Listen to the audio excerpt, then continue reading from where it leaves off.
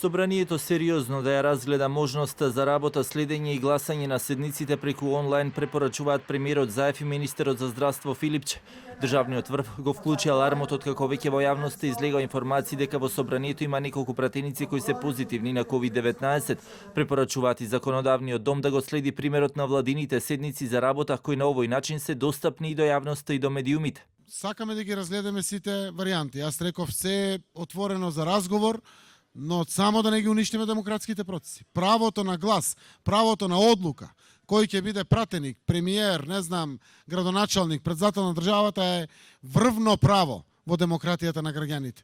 Ако тоа право го скратиме и биде, не знам, со неизразено мнозинство, на некој начин става под дискутабилност одлуката. И од Демократската унија за интеграција денеска во соопштение го потврдија веќе познатиот став по однос на тоа дека деловникот мора да прецизира што се подразбира под присуство на пратениците, посочувајќи во сегашната регулатива во собранието стои зборот присуство, дуи сака да се прецизира дека присуството на пратениците во собранието може да биде физичко или онлайн. Не смееме да дозволиме малтретирање на пратениците кои моментално се погодени од COVID-19, да не ги натераме да преку посебен третман доаѓаат во седници и потоа да ги загрозуваме сите други, дуи не сака собранието да дојде во ситуација да блокира важни процеси, се вели во партиското соопштение. ВМРО, ДПМН пак и натаму остануваат на ставот дека воведувањето на онлайн седници не само што се коси со деловникот, туку и со уставот, и велат на краток рок ова може да значи политичка криза, додека на долг рок правна. Ваквиот став го изнесо и по вчерашната координација со собранискиот спикер Џафери,